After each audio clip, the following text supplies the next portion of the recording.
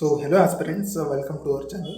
So ಈ ವಿಡಿಯೋದಲ್ಲಿ ನಾನು 2017 ಒಳಗಡೆ ಒಂದು PDO ಎಕ್ಸಾಮ್ ನಡೆದಿತ್ತು. ಸೊ ಪಂಚಾಯತ್ ರಾಜ್ ಕಾಯ್ದೆ ಸಂಬಂಧಪಟ್ಟಂತೆ ಒಂದು ಕ್ವಶನ್ ಪೇಪರ್ ನಾನು ಇಲ್ಲಿ ಅನಲೈಸನ್ನು ಮಾಡತ್ತೀನಿ.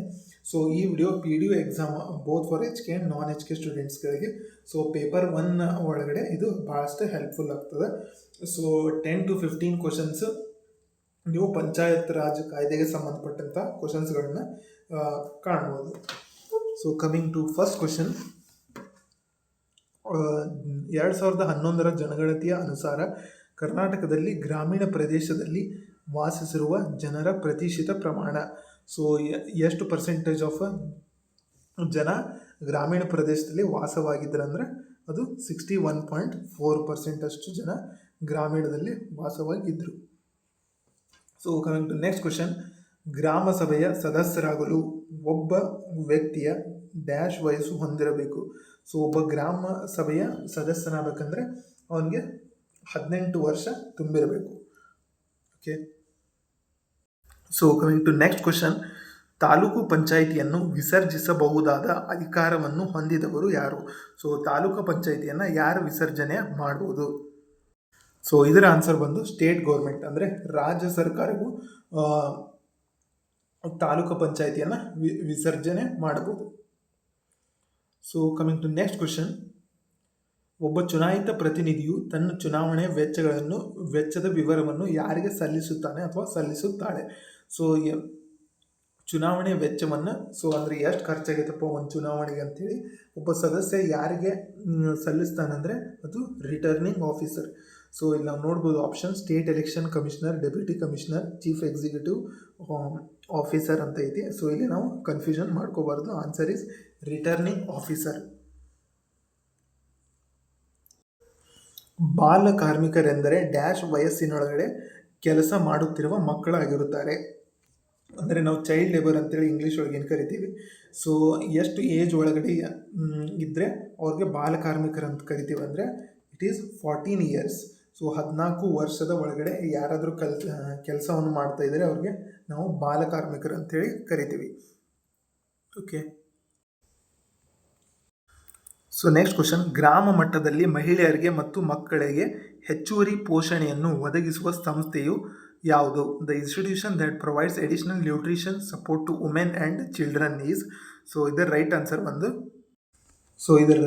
ಬಂದು anganwadi is the right answer. So ಅಲ್ಲಿ ನ್ಯೂಟ್ರಿಷಿಯಸ್ ಫುಡ್ಡನ್ನು ಕೊಡ್ತಾರೆ. ಯಾರಿಗೆ? ವುಮೆನ್ ಆ್ಯಂಡ್ ಚಿಲ್ಡ್ರನ್ಸ್, ಮಕ್ಕಳಿಗೆ ಮತ್ತು ಮಹಿಳೆಯರಿಗೆ ನ್ಯೂಟ್ರಿಷನ್ ಫುಡ್ಡನ್ನು ಕೊಡ್ತಾರೆ ಅಲ್ಲಿ. ಓಕೆ. ಸೊ ನೆಕ್ಸ್ಟ್ ಕ್ವಶನ್, ಗ್ರಾಮ ಸ್ವರಾಜ್ ಎಂಬ ಪರಿಕಲ್ಪನೆಯನ್ನು ನೀಡಿದವರು ಯಾರು? ಸೊ ಇದನ್ನು ಯಾರು ನೀಡ್ಯಾರಪ್ಪ ಅಂದರೆ MK ಗಾಂಧಿ, ಅಂದರೆ ಮೋಹನ್ ಕರಮ್ದಾಸ್ ಗಾಂಧಿ ಅವರು. ಓಕೆ. ಇಲ್ಲಿ ಬಲವಂತ್ ರಾಯ್ ಮೆಹ್ತಾ ಅಂತಿದೆ.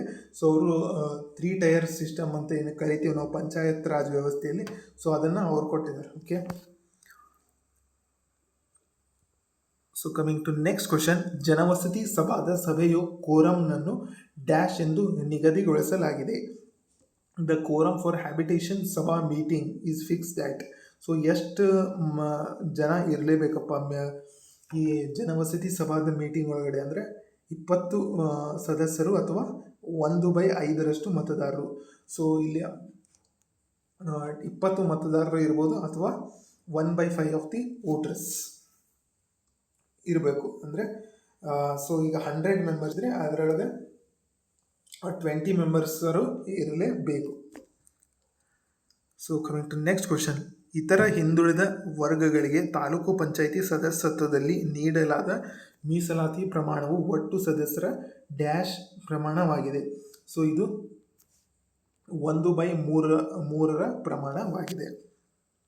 So coming to next question, meeting of ಗ್ರಾಮ ಸಭಾ should be convened at least once in. ಗ್ರಾಮ ಸಭೆಯನ್ನು ಕನಿಷ್ಠ ಡ್ಯಾಶ್ ತಿಂಗಳಿಗೊಮ್ಮೆ ಜರುಗಿಸಲಾಗುತ್ತದೆ. ಸೊ ಗ್ರಾಮ ಸಭೆಯನ್ನು 6 ತಿಂಗಳಿಗೊಮ್ಮೆ ಆದರೂ ಅವರು ಜರುಗಿಸಲೇಬೇಕು. Okay. So coming to next question, ಗ್ರಾಮ ಪಂಚಾಯಿತಿಯಲ್ಲಿ ನೈರ್ಮಲ್ಯ ಕಾರ್ಯಕ್ರಮಗಳನ್ನು ಅನುಷ್ಠಾನಗೊಳಿಸುವವರು ಯಾರು?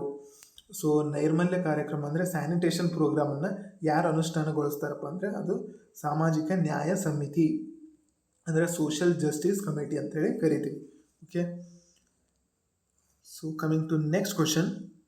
ಕರ್ನಾಟಕ ಗ್ರಾಮ ಸ್ವರಾಜ್ ಮತ್ತು ಪಂಚಾಯತ್ ರಾಜ್ ಕಾಯ್ದೆ 1993 ಯಾವ ಸೆಕ್ಷನ್ ದಡಿಯಲ್ಲಿ ಗ್ರಾಮ ಪಂಚಾಯಿತಿಗಳ ವಿಧಿಸಬಹುದಾದ ತೆರಿಗೆ ಮತ್ತು ದರಗಳನ್ನು ಪರಿಷ್ಕರಣೆಗೆ ಅವಕಾಶ ಮಾಡಲ್ಪಟ್ಟಿದೆ? ಸೊ ಇಲ್ಲಿ ಯಾವ ಒಂದು ಅನುಸೂಚಿಪ ಅಂತಂದ್ರೆ ಅದು 199A ಶೆಡ್ಯೂಲ್ 4. ಓಕೆ, ಸೊ ನೀವು ಈ ಪಂಚಾಯತ್ ರಾಜ್ ಕಾಯ್ದೆ 1993 ಒಳಗಡೆ ಟೋಟಲ್ ಆಗಿ 321 ಅನುಸೂಚಿಗಳು ಬರ್ತಾವೆ. ಓಕೆ, ಸೊ 19 ಅಧ್ಯಾಯಗಳು ಬರ್ತಾವೆ, 321 ಪ್ರಕರಣ ಅಥವಾ ಅನುಸೂಚಿಗಳು ಬರ್ತಾವೆ. ಸೊ ನೀವು ಇದನ್ನ ಡೀಪಾಗಿ ಆಗದೆ ಹೋದರೂ ಸಹ ಮೇಲಾದರೂ ನೀವು ನೋಡಿಕೊಂಡು ಇದನ್ನ ಕವರ್ ಮಾಡಿರಿ, ಯಾಕಂದರೆ ಇದ್ರ ಮೇಲೆ ಕ್ವಶನ್ಸ್ಗಳು ಬಹಳಷ್ಟು ಬರ್ತಾವೆ. Okay, so coming to next question. ಕರ್ನಾಟಕದ ಗ್ರಾಮ ಸ್ವರಾಜ್ ಮತ್ತು ಪಂಚಾಯತ್ ರಾಜ್ ಕಾಯ್ದೆ 1993 ಯಾವ ಸೆಕ್ಷನ್ ಅಡಿಯಲ್ಲಿ ಸರಿ ಹೊಂದಿಸಲಾಗದ ಮೊತ್ತವನ್ನು ಮನ್ನಾ ಮಾಡುವ ಅಧಿಕಾರವನ್ನು ಗ್ರಾಮ ಪಂಚಾಯತಿ ಹೊಂದಿರುತ್ತದೆ? ಸೊ ಯಾವ ಶೆಡ್ಯೂಲ್ ಅಪ್ಪ ಅಂದರೆ ಅಗೇನ್ ಶೆಡ್ಯೂಲ್ ಮೇಲೆ ಬಂದಿರೋಂಥ questions. 245 is the right answer. So ಈ ಕ್ವಶನ್ ಪೇಪರ್ ಒಳಗಡೆ ಕರೆಕ್ಟ್ ಆನ್ಸರ್ ಏನಿರ್ತೈತಿ, ಸೊ ಅದು ಬೋಲ್ಡ್ ಲೆಟರ್ಸ್ ಒಳಗೆ ಇರ್ತಾವೆ. Okay,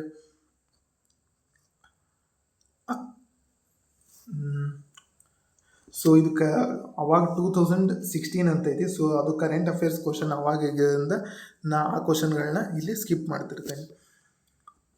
so coming to next question. ಸಂವಿಧಾನದ ಯಾವ ಭಾಗವು ಪಂಚಾಯಿತಿಗಳ ಬಗೆಗಿನ ವಿವರವನ್ನು ಒಳಗೊಂಡಿದೆ?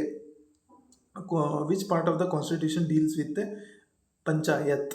ಸೊ ಇಲ್ಲಿ ಯಾವ ಭಾಗದೊಳಗೆ ಐತಪ್ಪ ಅಂದರೆ ಪಂಚಾಯತ್ ಎಂಬುದು ಇಟ್ ಈಸ್ ಪಂಚಾಯತ್ ಪಾರ್ಟ್ 9 ಭಾಗ 9 ಪಂಚಾಯತ್ ಅಂಥೇಳಿ ಮೆನ್ಷನ್ ಅದ. ಸೊ ಯಾವ ಆರ್ಟಿಕಲ್ನ ಪಂಚಾಯತ್ ಇರ್ಬೇಕಂಥೇಳಿ ಹೇಳ್ತೈತೆ ಎಂಬುದನ್ನು ನೀವು ಕಮೆಂಟ್ ಮಾಡೋ ಮೂಲಕ ನಿಮ್ಮ ಉತ್ತರವನ್ನು ತಿಳಿಸ್ಬೋದು.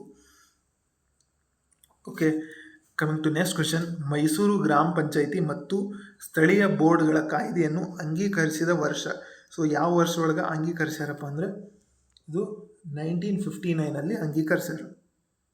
Coming to next question. ಗ್ರಾಮ ಪಂಚಾಯಿತಿಯ ಸದಸ್ಯತ್ವದಲ್ಲಿ ಪರಿಶಿಷ್ಟ ಜಾತಿ, ಪರಿಶಿಷ್ಟ ಪಂಗಡ, ಇತರ ಹಿಂದುಳಿದ ವರ್ಗಗಳು ಹಾಗೂ ಮಹಿಳೆಯರಿಗೆ ನೀಡಲಾದ ಮೀಸಲಾತಿ ಪ್ರಮಾಣವು ಡ್ಯಾಶನ್ನು ಮೀರಬಾರ್ದು. ಸೊ ಎಷ್ಟು ಪರ್ಸೆಂಟೇಜ್ ಅದು ಮೀರಬಾರ್ದಪ್ಪ ಅಂದರೆ ಇಟ್ ಈಸ್ 50% ಮೀರಬಾರ್ದು. ಸೊ ಟೋಟಲ್ ರಿಸರ್ವೇಷನ್ ಒಳಗಡೆ 50% ಮೀರಬಾರ್ದು. ಸೊ ಇನ್ 50% ಜನರಲ್ ಅವ್ರಿಗೆ ಇರಬೇಕು reservation. Okay, so coming to next question. ಒಬ್ಬ ಜಿಲ್ಲಾ ಪಂಚಾಯಿತಿ ಸದಸ್ಯನು ತನ್ನ ರಾಜೀನಾಮೆಯನ್ನು ಯಾರಿಗೆ ನೀಡಬೇಕು? ಸೊ ಒಬ್ಬ ಜಿಲ್ಲಾ ಪಂಚಾಯಿತಿ ಒಳಗೆ ಸದಸ್ಯನಿರುವಂಥ ವ್ಯಕ್ತಿ ಯಾರಿಗೆ ಅವನ ರಾಜೀನಾಮೆಯನ್ನು ತಿಳಿಸ್ಬೇಕಂತೇಳಿ ಕ್ವಶನ್ ಐತಿ. ಸೊ ಇದರ ಆನ್ಸರ್ ಬಂದು ಜಿಲ್ಲಾ ಪಂಚಾಯಿತಿಯ ಅಧ್ಯಕ್ಷರು ಯಾರಾಗಿರ್ತಾರೋ ಅವ್ರಿಗೆ ಅವನ ರೆಸಿಗ್ನೇಷನ್ ಲೆಟರನ್ನು ಕೊಡ್ತಾರೆ. ಸೊ ಇದೇ ರೀತಿ ತಾಲೂಕು ಪಂಚಾಯಿತಿ ಮತ್ತು ಗ್ರಾಮ ಪಂಚಾಯಿತಿ ಒಳಗಡೆ ಒಬ್ಬ ಸದಸ್ಯನು ಯಾರಿಗೆ ರೆಸಿಗ್ನೇಷನ್ ಲೆಟರನ್ನು ಕೊಡ್ತಾನೆ ಅಂತೇಳಿ ನೀವು ಕಮೆಂಟ್ ಬಾಕ್ಸಲ್ಲಿ ಕಮೆಂಟ್ ಮಾಡಿರಿ. So coming to next question. ಜಿಲ್ಲಾ ಪಂಚಾಯಿತಿ ಅಧ್ಯಕ್ಷರ ಸಂಬಳವನ್ನು ಡ್ಯಾಶ್ ಎಂದು ನಿಗದಿಪಡಿಸಲಾಗಿದೆ? ಸೊ ಇಲ್ಲೇ 2250 ಅಂತ ಐತಿ. ಸೊ ಇದು 2017 ಒಳಗಡೆ. ಸೊ 2024 ಒಳಗಡೆ ಜಿಲ್ಲಾ ಪಂಚಾಯತ್ ಸದಸ್ಯರ ಮಂತ್ಲಿ ಸ್ಯಾಲ್ರಿ ಎಷ್ಟು ಅಂಥೇಳಿ ನೀವು ಅದನ್ನ ರಿಸರ್ಚ್ ಮಾಡಿ ಕಮೆಂಟ್ ಬಾಕ್ಸಲ್ಲಿ ಕಮೆಂಟನ್ನು ಮಾಡಿರಿ.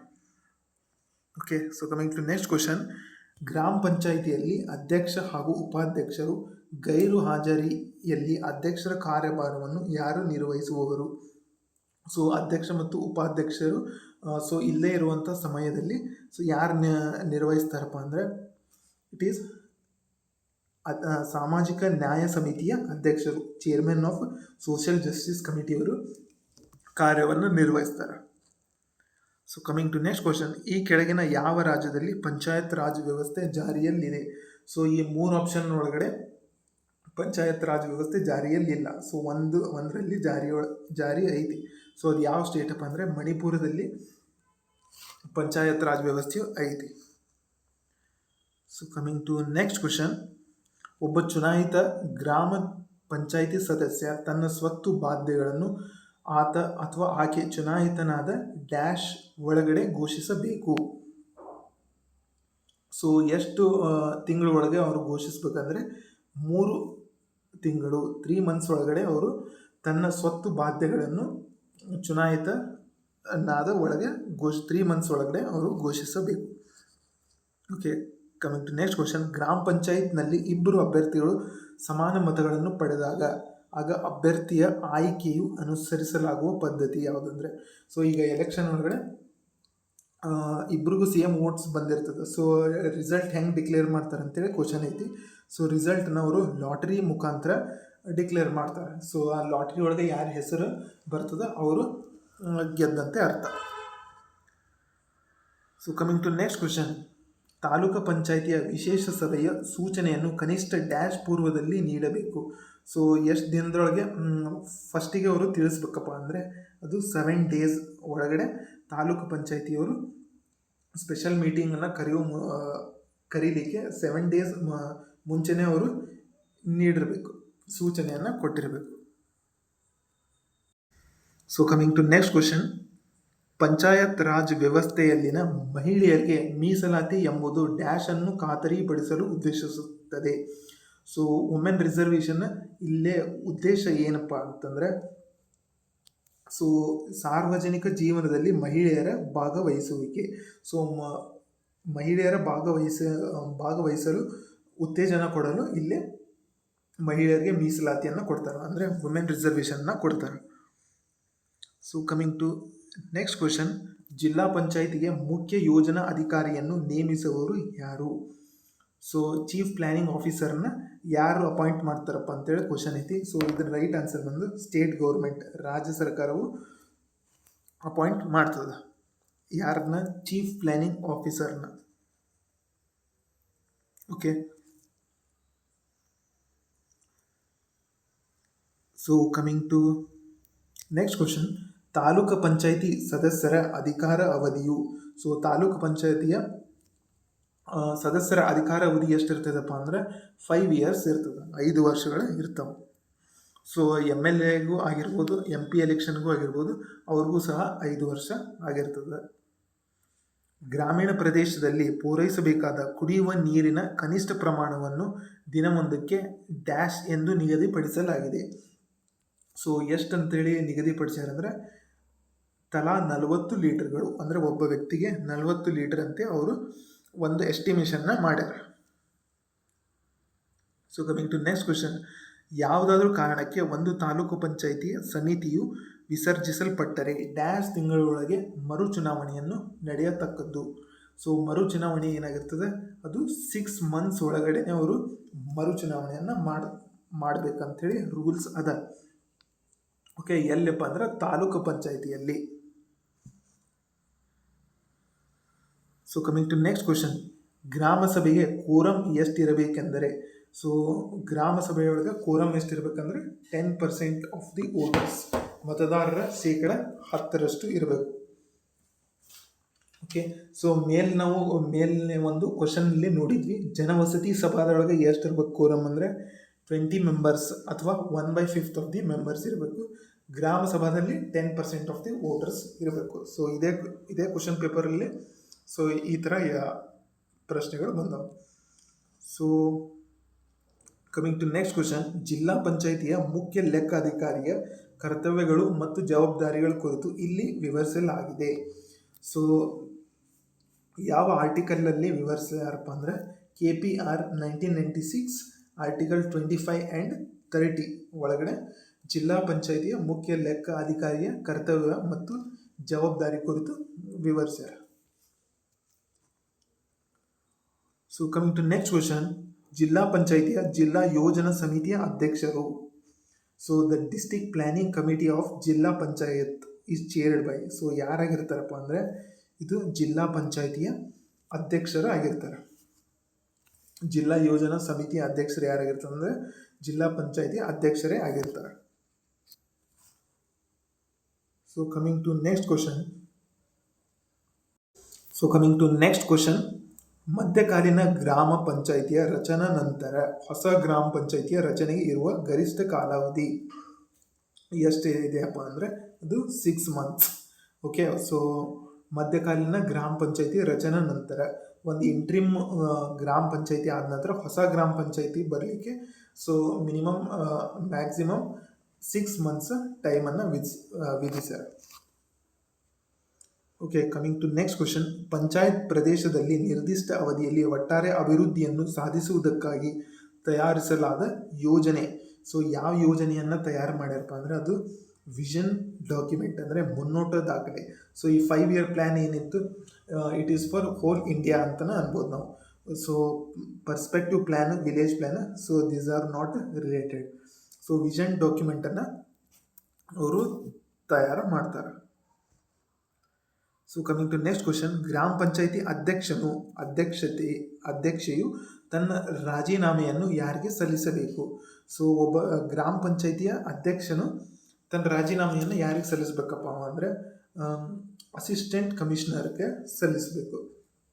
ಓಕೆ, ಇದೇ ರೀತಿ ತಾಲೂಕು ಪಂಚಾಯಿತಿ ಮತ್ತು ಜಿಲ್ಲಾ ಪಂಚಾಯಿತಿಯ ಅಧ್ಯಕ್ಷನು ಸೊ ಅವನ ಒಂದು ರೆಸಿಗ್ನೇಷನ್ ಲೆಟರ್ನ ಯಾರಿಗೆ ಸಬ್ಮಿಟ್ ಮಾಡ್ಬೋದು ಅಂತೇಳಿ ನೀವು ಕಮೆಂಟ್ ಬಾಕ್ಸಲ್ಲಿ ಕಮೆಂಟ್ ಮಾಡಿರಿ.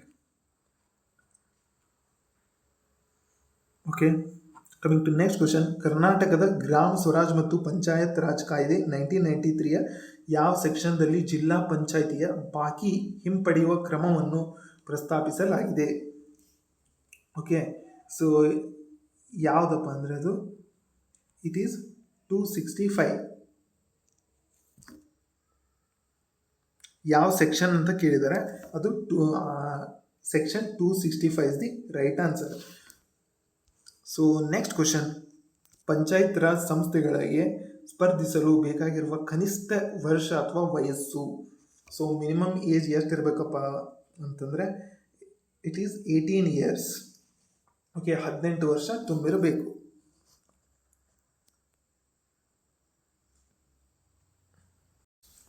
So coming to next question. 1993ಯ ಕರ್ನಾಟಕ ಗ್ರಾಮ ಸ್ವರಾಜ್ ಮತ್ತು ಪಂಚಾಯತ್ ರಾಜ್ ಕಾಯ್ದೆಯ ಯಾವ ಅನುಸೂಚಿ ಅನುಸಾರ ಪಂಚಾಯಿತಿಗಳು ತಮ್ಮ ಸ್ವಂತ ನಿಧಿಯನ್ನು ಸಂಗ್ರಹಿಸಬಹುದು? ಸೊ ಯಾವ ಅನುಸೂಚಿ ಮುಖಾಂತರ ಅಂದರೆ ಇಟ್ ಈಸ್ ಶೆಡ್ಯೂಲ್ 4 ಮುಖಾಂತರ. ಶೆಡ್ಯೂಲ್ 4 ಇದಕ್ಕೆ ಸಂಬಂಧಪಟ್ಟಿದ್ದಾಗಿರುತ್ತದೆ. So coming to next question. ಬಡತನ ರೇಖೆಗಿಂತ ಕೆಳಗಿನ ಕುಟುಂಬಗಳಿಗೆ ವೈಯಕ್ತಿಕ ಶೌಚಾಲಯ ನಿರ್ಮಿಸಲು ನೀಡುವ ರಿಯಾಯಿತಿ ಪ್ರಮಾಣವು? ಸೊ ಎಷ್ಟು ಸಬ್ಸಿಡಿಯನ್ನು ಕೊಡ್ತಾರಪ್ಪ ಅಂದರೆ ಎಷ್ಟು ಪರ್ಸೆಂಟೇಜ್ ಆಫ್ ಸಬ್ಸಿಡಿ ಅಂದರೆ 80% ಆಫ್ ಸಬ್ಸಿಡಿಯನ್ನು ಪಂಚಾಯತ್ ಕೊಡುತ್ತದೆ. ಓಕೆ, ಸೊ ಇಲ್ಲಿ 10,000 rupees ಏನಾದರೂ ಖರ್ಚಾಗಿದ್ದರೆ ಅಲ್ಲಿ ಅವರು 8,000 rupees ಪಂಚಾಯತ್ ವತಿಯಿಂದ ಕೊಡ್ತಾರೆ. ಇನ್ 2,000 ನೀವು ಸ್ವಂತ ಹಣವನ್ನು ಹಾಕಬೇಕು. ಯಾವುದಕ್ಕೆ ಅಂದರೆ ವೈಯಕ್ತಿಕ ಶೌಚಾಲಯನ್ನು ನಿರ್ಮಿಸಲು. Okay, so next question. ಕೆಳಗಿನವುಗಳಲ್ಲಿ ಯಾವುದು PDOನ ಕಾರ್ಯವಲ್ಲ? ಸೊ ಇಲ್ಲಿ ಯಾವುದು ಒಂದು PDO ಅವರು ಮಾಡುವಂಥ ಕೆಲಸವಲ್ಲ ಅಂತ ಕೇಳ್ಯಾರ. ಸೊ ಇಲ್ಲಿ ರೈಟ್ ಆನ್ಸರ್ ಬಂದರೆ issue of a business license. So ಇದು PDOನ ಕೆಲಸವಲ್ಲ. Okay, maintenance of accounts, maintenance of records, provision of information on finance, ಇವೆಲ್ಲ PDO ಮಾಡುವಂಥ ಕೆಲಸ, PDO ಆಫೀಸರ್ ಮಾಡುವಂಥ ಕೆಲಸ. ಸೊ ಈ ಎಕ್ಸಾಮ್ ಕೂಡ PDO ಆಗಿರೋದ್ರಿಂದ ಸೊ PDO ಆಫೀಸರ್ ಆಗಿ ನೀವು ಮುಂದೆ ಯಾವ ಥರ ಕೆಲಸ ಮಾಡ್ಬೇಕಂತೇಳಿ ಸೊ ಇಲ್ಲೇ ಅವರು ಈ ಕ್ವಶನ್ ಮುಖಾಂತರ ತಿಳಿಸಿಕೊಡ್ತಾರೆ. So issue of business licence, ವಾಣಿಜ್ಯ ಲೈಸೆನ್ಸನ್ನು ಯಾರು ಕೊಡ್ತಾರೆ ಅಂದರೆ ಅಲ್ಲಿರುವಂಥ ಸ್ಥಳೀಯ ಪಂಚಾಯಿತಿಯು ಕೊಡ್ತದೆ. ಸೊ ಬಿಸ್ನೆಸ್ ಲೈಸೆನ್ಸ್ ಅಂದರೆ ಅಂಗಡಿಯನ್ನು ತೆರೆಯೋದಾಗಿರ್ಬೋದು, ಮತ್ತು ಈ ಥರ ಬಿಸ್ನೆಸ್ಸಿಗೆ ಅವರು ಲೈಸೆನ್ಸನ್ನು ಕೊಡ್ತಾರೆ. So coming to next question. ಜಿಲ್ಲಾ ಪಂಚಾಯಿತಿಯಲ್ಲಿ ಡ್ಯಾಶ್ ಸ್ಥಾಯಿ ಸಮಿತಿಗಳು ಅವಕಾಶವಿರುತ್ತದೆ? ಸೊ ಸ್ಟ್ಯಾಂಡಿಂಗ್ ಕಮಿಟಿ ಅಂತ ಏನು ಕರಿತೀವಿ. ಸೊ ಎಷ್ಟಕ್ಕೆ ಅವಕಾಶ ಐತಂದರೆ 5. So coming to next question. ಈ ಕೆಳಗಿನ ಯಾವ ಕಾರ್ಯಕ್ರಮವನ್ನು ಗ್ರಾಮ ಪಂಚಾಯಿತಿಯು ಅನುಷ್ಠಾನಗೊಳಿಸುವುದಿಲ್ಲ? ಸೊ ಇಲ್ಲಿ ಒಂದು 4 ಸ್ಕೀಮ್ಗಳವ. ಸೊ ಇಲ್ಲಿ ನಾವು ನೋಡ್ಬೋದು, ಇಂದಿರಾ ಆವಾಸ್ ಯೋಜನೆ ಆಗಿರ್ಬೋದು, MG ನರೇಗಾ ಆಗಿರ್ಬೋದು, ಭಾಗ್ಯ ಜ್ಯೋತಿ ಸ್ಕೀಮ್ ಆಗಿರ್ಬೋದು, national old pension scheme. So ಇದನ್ನು ಅವರು ಅನುಷ್ಠಾನಗೊಳಿಸೋದಿಲ್ಲ. ಇದನ್ನು ಸೆಂಟ್ರಲ್ ಗೌರ್ಮೆಂಟ್ ಅನುಷ್ಠಾನಗೊಳಿಸ್ತದೆ. ಆದರೆ ಇಂದಿರಾ ಆವಾಸ್ ಆಗಿರ್ಬೋದು, MG ನರೇಗಾ ಆಗಿರ್ಬೋದು, ಭಾಗ್ಯ ಜ್ಯೋತಿ ಆಗಿರ್ಬೋದು, ಸೊ ಇದನ್ನು ಪಂಚಾಯಿತಿಯವರು ಅನುಷ್ಠಾನಗೊಳಿಸ್ತಾರೆ. So coming to next question. ಗ್ರಾಮ ಪಂಚಾಯಿತಿಯ ರಚನೆಯನ್ನು ಘೋಷಣೆ ಮಾಡುವರು? So declaration of formation of gram panchayat is done by. So ಇದನ್ನು ಯಾರು ಡಿಕ್ಲೇರ್ ಮಾಡ್ತಾರಪ್ಪ ಒಂದು ಗ್ರಾಮ ಪಂಚಾಯಿತಿ ಐತಂತೇಳಿ ಅಂದರೆ ಅದು ಡೆಪ್ಯೂಟಿ ಕಮಿಷನರ್. ಸೊ ನಾವೇನು DC ಅಂತ ಕರಿತೀವಿ ಶಾರ್ಟ್ ಫಾರ್ಮಲ್ಲಿ. ಸೊ ಅವರು ಡಿಕ್ಲೇರ್ ಮಾಡ್ತಾರೆ ಇದು ಗ್ರಾಮ ಪಂಚಾಯತಿ ಹೌದು ಅಲ್ಲ ಅಂತ. Okay, so coming to next question. Karnataka ಗ್ರಾಮ ಸ್ವರಾಜ್ ಮತ್ತು ಪಂಚಾಯತ್ ರಾಜ್ ಕಾಯ್ದೆಯ 1993 ಯಾವ ಸೆಕ್ಷನ್ ಪ್ರಕಾರ ಗ್ರಾಮ ಪಂಚಾಯಿತಿಯು ತನ್ನ ಸ್ವತ್ತನ್ನು ಸ್ವಾಧೀನಪಡಿಸುವುದು, ಹಿಡಿತದಲ್ಲಿಡುವುದು ಮತ್ತು ವಿಲೆ ಮಾಡಬಹುದು? ಸೊ ಅಗೇನ್ ಇದು ಸೆಕ್ಷನ್ ಮೇಲೆ ಬಂದಿರುವಂಥ ಕ್ವಶನ್ ಆಗಿರ್ತದೆ. ಓಕೆ, ಸೊ ಸೆಕ್ಷನ್ 209 ಪ್ರಕಾರ ಇದನ್ನು ಮಾಡ್ಬೋದು, ಸ್ವತ್ತನ್ನು ಸ್ವಾಧೀನಪಡಿಸಿಕೊಳ್ಬೋದು. ಸೊ ನಾನು ಅಗೇನ್ ಹೇಳ್ದಂಗೆ ಇಲ್ಲಿ ಟೋಟಲ್ ಆಗಿ 321 ಬರ್ತಾವ. ಸೊ ನೀವು ಅದರ ಮೇಲೆ ಜಾಸ್ತಿ ಗಮನ ಕೊಡೋದು ಇಲ್ಲಿ ಭಾಳಷ್ಟು ಒಳ್ಳೆಯದು. ಸೊ MG ನರೇಗಾ ಅನುಷ್ಠಾನಗೊಂಡ ವರ್ಷ. ಸೊ MG ನರೇಗಾ ಅನುಷ್ಠಾನಗೊಂಡ ವರ್ಷ ಯಾವುದಪ್ಪ ಅಂದರೆ ಅದು 2005 ಅದು ಅನುಷ್ಠಾನಗೊಂಡಿದೆ. ಸೊ ಈ ಯೋಜನೆ ಅಡಿಯಲ್ಲಿ ಒಬ್ಬ ವ್ಯಕ್ತಿಗೆ 100 ದಿನಗಳ ಕಾಲ ಅವರು ಎಂಪ್ಲಾಯ್ಮೆಂಟನ್ನು ಕೊಡ್ತಾರೆ, ಅಂದರೆ ಕೆಲಸವನ್ನು ಕೊಡ್ತಾರೆ. ಯಾರು? ಪಂಚಾಯಿತಿಯವರು. ಸೊ ಅಲ್ಲಿ ಗ್ರಾಮದಲ್ಲಿ ಅವರು ಕೆಲಸವನ್ನು ಮಾಡಿಸ್ಕೊಳ್ಳೋಕ್ಕಾಗಿ ಸೊ ಇದನ್ನು ಮಾಡ್ತಾರೆ. So coming to next question. ಗ್ರಾಮ ಪಂಚಾಯಿತಿಯ ಜಲಗಾರ ವಾಟರ್ಮ್ಯಾನ್ ಹುದ್ದೆಗೆ ಕನಿಷ್ಠ ಶೈಕ್ಷಣಿಕ ಅರ್ಹತೆಯು? So the minimum educational qualification prescribe for a waterman in a gram panchayats. So ಅವನ ಎಜುಕೇಷನ್ ಎಷ್ಟಾಗಿರ್ಬೇಕಪ್ಪ ಅಂದರೆ 10ನೇ ತರಗತಿಯನ್ನು ಅವನು ತೇರ್ಗಡೆ ಹೊಂದಿರಬೇಕು, 10th ಪಾಸ್ ಆಗಿರಬೇಕು, ಏನು ವಾಟರ್ಮ್ಯಾನ್ ಆಗಲಿಕ್ಕೆ.